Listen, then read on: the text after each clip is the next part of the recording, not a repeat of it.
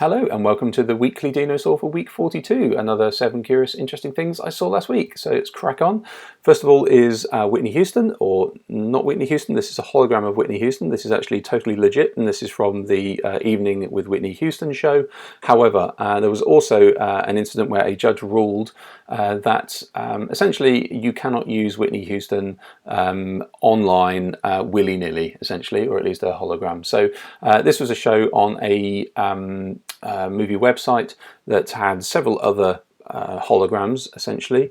So they had, for instance, like Tupac and Michael Jackson, and Whitney Houston's estate got wind of it and said, no, you cannot do that. And the judge ruled in their favour. Of course, you cannot just use somebody's hologram. So this was actually a recreation. So this is a body double, but obviously the soundtrack is the real soundtrack. So what are you actually seeing here? You're actually seeing a projection onto a gauze and people performing with them to give the illusion of that they are there in real life in 3D. So this has been used a bunch of times. It's actually called Pepper's Ghost. It's been used for 100 years or so. However, back in 2014, I think the Billboard Awards wanted to use Michael Jackson, and the technology provider said you can't, it's copyright, and the judge said, well, you can use it actually. So that's fine, they used Michael Jackson. And you might have also seen the Tupac show, and there are several more. But also Robin Williams, for instance, in his will when he passed away, unfortunately, a few years ago, said that you can't use my likeness in adverts or that sort of thing. So it's getting to be a more and more public event, really, this kind of, well, can I use the likeness of a celebrity? And the judge in this case said no, and that's probably the way it's going to be from now on. So there was a grey area, and now it is not grey.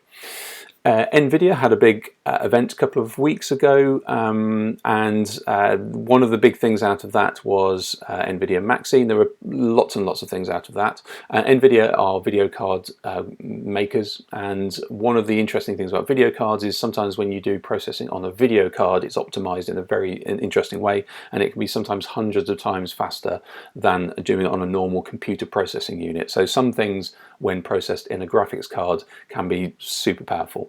So they were showing off all of their super powerful things, essentially. So this was their MAXINE, which is turbocharging video calls. Now we're all doing a whole load more of those, so it's quite interesting to see some technology thrown at that.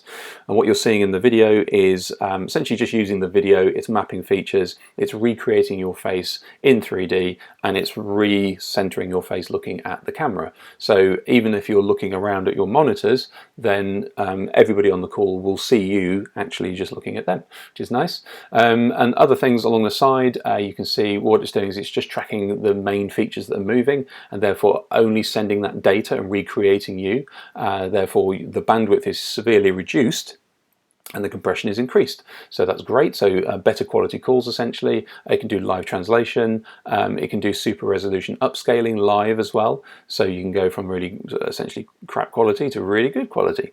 And denoise is really interesting when you watch the video. So there are some children in the background playing on a toy piano, and it completely takes the noise out. And unfortunately, what you can't see underneath my face in the corner is essentially an avatar, a 3D avatar of an alien that it can reanimate based on your features. So watch out for that. So this is the Digital Human Stylist from the University of the Arts London and their fashion department, and they have a fashion innovation agency. Now this caught my eye because I thought it was quite neat on a couple of layers, really.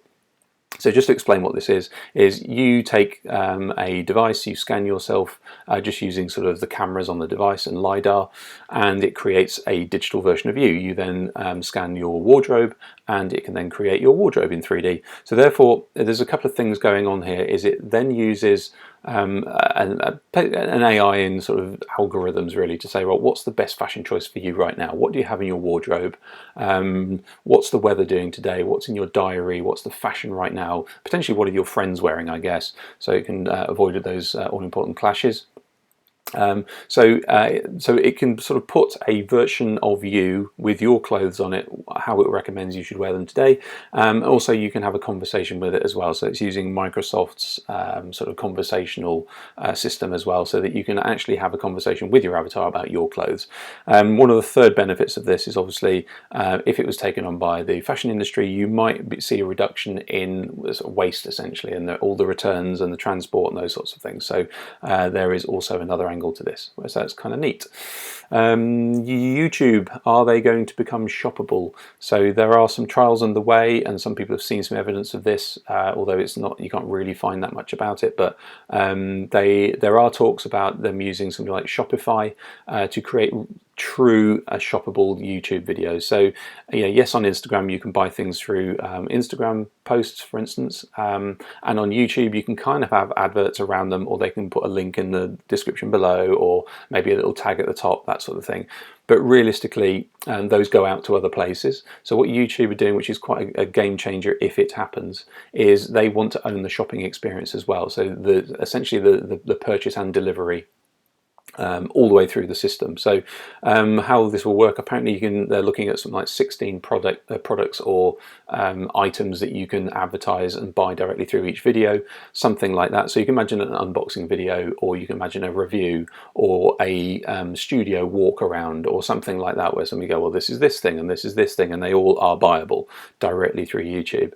So you could argue this is probably as a reaction to the sort of squeezing of their advertising revenue. So you've got people like Apple who are essentially denying adverts, or at least targeting of adverts on advertising platforms, and Google run Google AdSense. So they can see their probably advertising revenues is coming down, as is Facebook's, etc. So they are probably looking for new sources of revenue. Now you can also look at somebody like, I guess, Amazon, who are a bigger and bigger playing in the video market. So you could also argue they are probably going to come at it from the other angle as well. So you can imagine Amazon having some sort of video platform where they can naturally show products, and you can then link through to the store they already have. So it's almost, you've got two giants probably going to be eating this problem from the different ends. So let's see where that one goes. So this is the HP, what's it called? The Omnicept VR, the G2 Omnicept VR. So the current VR headset, or the upcoming VR headset from HP, hasn't actually been released to the public yet. It's on back order. So they've been around for a while. It's usually an expensive one, so $600 or something like that. So it's by no means cheap. However, this one is probably going to be more expensive because this is the enterprise version. And the reason this caught my eye was really because of the cognitive load processing that it does. So that thing, what it does, it joins a few things together.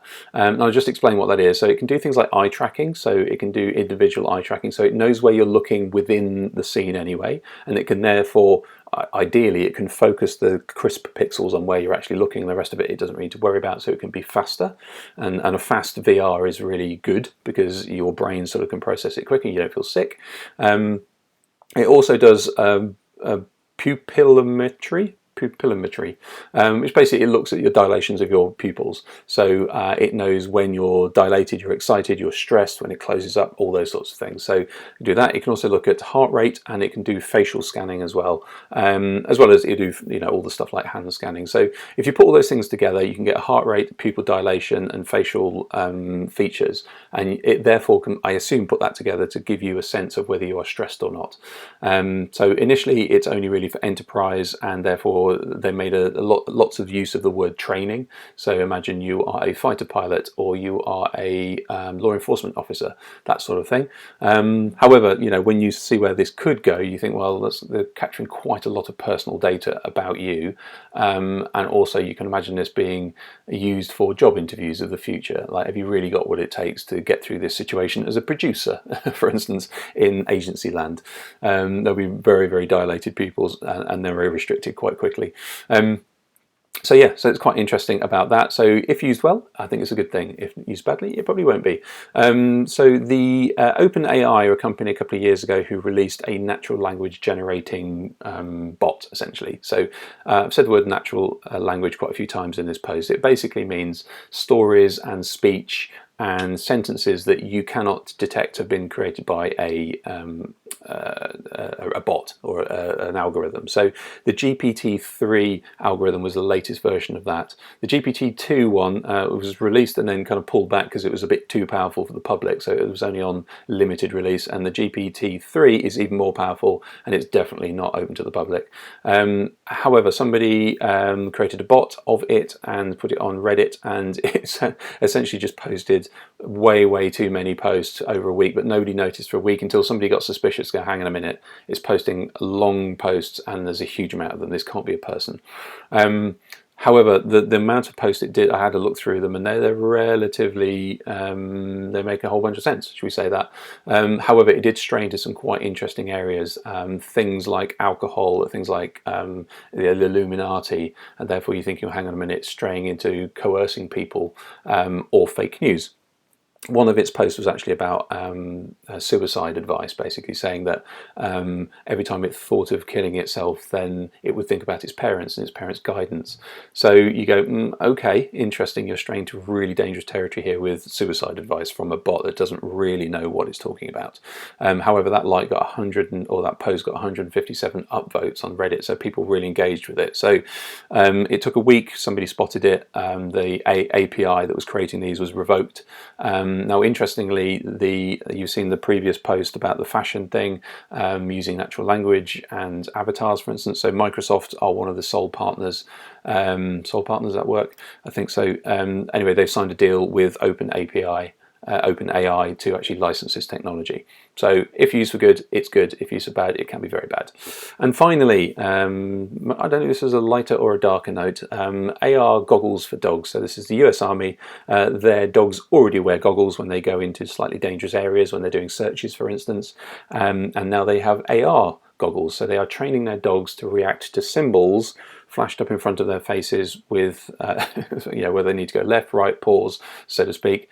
Now the other benefit is there is a live camera, so that the trainer or the operator or the owner of the dog, whatever, can see exactly what the dog is seeing. Before, there was a camera on their back and they would get this kind of jiggly camera as it went through, and obviously if the dog was turning its head you wouldn't see what it was seeing, but now you've got direct dog sight essentially.